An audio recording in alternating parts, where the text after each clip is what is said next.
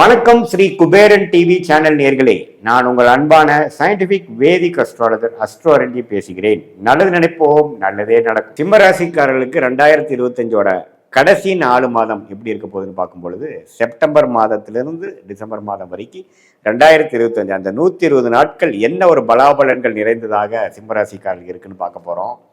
இப்போ பார்த்தீங்கன்னா, அஷ்டமசனி தாக்கத்தில் முழுசாக போய்கொண்டிருக்கக்கூடிய மக நட்சத்திரம், பூர நட்சத்திரம், உத்திர நட்சத்திர சிம்மராசிக்காரர்களாகிய நீங்கள் இப்போ இந்த 4 மாதம் எப்படி இருக்க போகுதுன்னு பார்க்கும் பொழுது, இப்போ அஷ்டமசனி தாக்கம் ஃபுல் பீக்கில் மகம் நட்சத்திரக்காரங்களுக்கு போய் கொண்டிருக்கிறது. டிசம்பருக்கு மேலே பூர நட்சத்திரக்காரங்களுக்கு வரும். அடுத்த வர இறுதியில் பார்த்தீங்கன்னா உத்திர நட்சத்திரக்காரங்களுக்கு வரும். ஸோ இப்போது மக நட்சத்திரக்காரங்களாம் கொஞ்சம் கேர்ஃபுல்லாக இருக்கணும். ஆல்ரெடி சில பிரச்சனைகள்லாம் நடந்திருக்கும். இப்போ கொஞ்சம் திடீர்னு அடிபடுவது, உழுவது, திடீர்னு ரிலேஷன்ஷிப்பில் கொஞ்சம் பிரச்சனை ஆகிறது, வேலையில் பிரச்சனை ஆகிறது, தொழிலில் பிரச்சனை ஆகிறது, குடுக்கல் வாங்கல பிரச்சனை ஆகிறது, பண விஷயத்தில் பிரச்சனை ஆகிறது, படிப்பு விஷயத்தில் பிரச்சனை ஆகுறதுங்கிற மாதிரி நண்பர்கள் விஷயத்தில் ப்ராப்ளம் ஆகுறது எல்லாமே கொடுத்து கொண்டிருக்கக்கூடிய இந்த ராகு 7ஆம் இடத்துல குரு பார்வை, ராசிக்குள்ளேயே கேது, அப்படின்னா நிறைய குழப்பங்கள் வரும். இப்போ அஷ்டமசனி நடக்கிறப்பவே பார்த்தீங்கன்னா கேதுவும் ராசிக்குள்ளே வருவது பார்த்தீங்கன்னா மன குழப்பங்கள் நிறைந்ததான ஒரு அமைப்பு வந்து சிம்மராசிக்காரர்களுக்கு கொடுக்கிறது.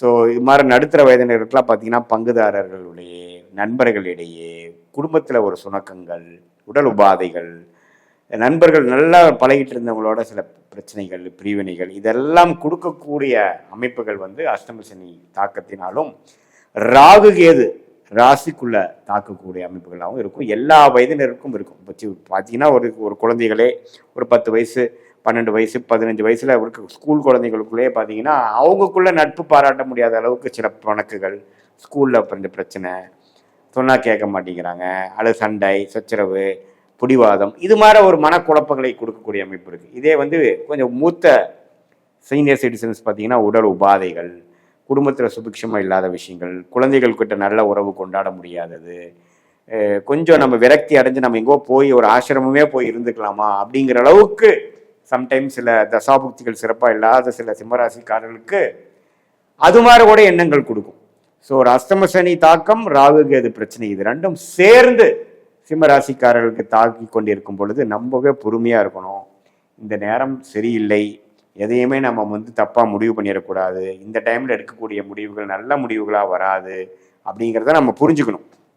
அதே சமயத்தில் நடுத்தர வயதினர்கள் பார்த்தீங்கன்னா வேலையில் இருக்கிறவங்க, தொழிலதிபராக இருக்கிறவங்க, தொழில் முனைவோர்கள், அதே சமயத்தில் இளம் தம்பதியர்கள் எல்லாமே பார்த்தீங்கன்னா கொஞ்சம் பொறுமை காக்க வேண்டும். நினைத்ததை சொல்லினா நம்ம அடுத்தவங்க புரிஞ்சுப்பாங்க, நம்ம வந்து சவுண்டாக பேசுனா வந்து நம்ம வந்து ஜெயிச்சிடலாம் அப்படிங்கிறதெல்லாம் பார்த்தீங்கன்னா பின் விளைவுகளை கொடுக்கக்கூடிய அமைப்புகளாக சிம்மராசிக்காரர்களுக்கு கொடுத்திருக்கக்கூடிய அமைப்புகள் உண்டு. ஸோ அதனால் சிம்மராசிக்காரர்கள் வந்து ஆண்டு கிரகத்தின் சஞ்சாரம், மாத கிரகத்தின் சஞ்சாரமாச்சு இப்போ எப்படி இருக்குன்னு பார்த்தா, ராசி அதிபதியே சூரியன் பார்த்தீங்கன்னா 3ஆம் இடத்துல நீச்சமாக போய் குரு பார்வை பெறுகிறார்.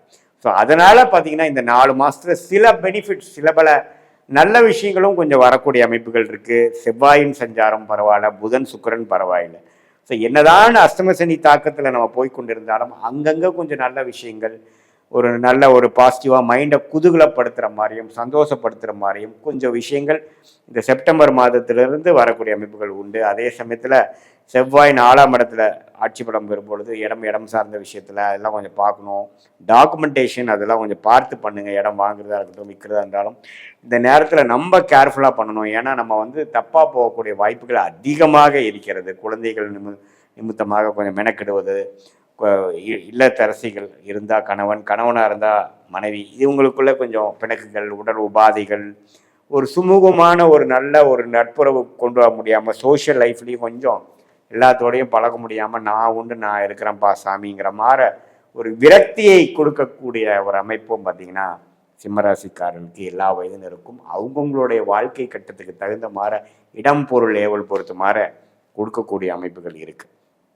ஸோ அதனால் பொறுமையே வெல்லும். விவேகமாக இருக்கணும். வீரமாக இருக்கிறதோ, நம்மளுடைய விஷயத்தை வந்து சொல்லி ஒரு அழுத்தத்துடன் சொல்லி நம்ம புரி வச்சிடலான்னு நினைக்கிறதெல்லாம் நமக்கு பெரிய ஒரு பாதகத்தை கொடுத்து ஆர்குமெண்ட்ஸை தவிர்த்து கம்யூனிகேஷன் பண்ணுறப்போ நம்ம கிளியராக, நம்ம பொறுமையாக, நம்ம சாந்தமாக, ஹம்பிளாக போய்க்கக்கூடிய அமைப்புகள் நம்ம தேவைப்படக்கூடிய விஷயமா இருக்குது.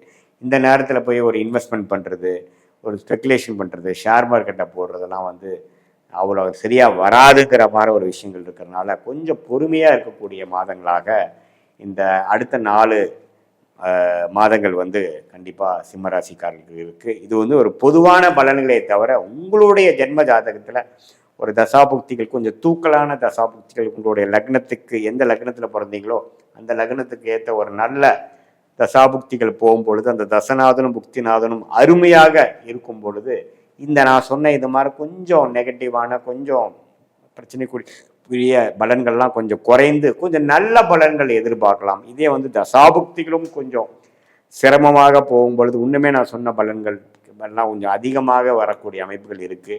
ஸோ உங்களுடைய ஜென்ம ஜாதகம், பிறந்த தேதி, பிறந்த நேரம், பிறந்த ஊரை வைத்து நம்ம பார்த்து அந்த என்ன தசாபுக்திகள் போய் கொண்டிருக்கிறது, இப்போ என்ன கோச்சாரத்தில் போயிட்டு இருக்கிறது, நம்ம பேசுனதெல்லாம் மிக்ஸ் பண்ணி பார்க்கும் பொழுது இன்னுமே சயின்டிஃபிக் வேதிக் அஸ்ட்ராலஜி முறை மூலமாக துல்லியமான பலன்கள் எடுத்து அடுத்த வரக்கூடிய 3 மாதங்கள், 8 மாதங்கள், 6 மாதங்கள், 1 வருடங்கள் இதெல்லாம் எப்படி இருக்குது, லாங் டேர்ம் எப்படி, ஷார்ட் டேர்ம் எப்படி, எது மாதிரி முடிவுகளை எப்போ எடுக்கலாம், எப்போ நமக்கு இந்த மாதிரி விஷயம் நடக்கும், எப்போ எது மாதிரி ஒரு டர்னிங் பாயிண்ட், எப்போ நம்மளுடைய நெக்ஸ்ட் பெண்டு நம்மளுடைய ரோட் மேப்பில் வருது, இது எல்லாமே நம்ம தெரிந்து அதுக்கு தகுந்த மாதிரி ஒரு நல்ல முடிவை, தக்க முடிவை, தேவையற்ற முடிவுகளை தவிர்த்து எந்த நேரத்தில் எது மாதிரி விஷயங்கள் செய்வது நல்லது, எப்போ வேகமாக போகலாம், எப்போ பொறுமையாக இருக்கலாம், எப்போ எது மாதிரி மாற்றங்கள் நல்லதாக இருக்கும், எந்த மாதிரி டைம் வந்து நம்ம அடக்கி வாசிக்கணும், இது மாதிரி விஷயங்கள், திருமண விஷயங்கள், வேலை மாற்ற விஷயங்கள், தொழில் அபிவிருத்தி விஷயங்கள், தொழில் ஸ்டார்ட் பண்ணுற விஷயங்கள், வெளிநாடு போகக்கூடிய விஷயங்கள், படிப்பு விஷயங்கள்,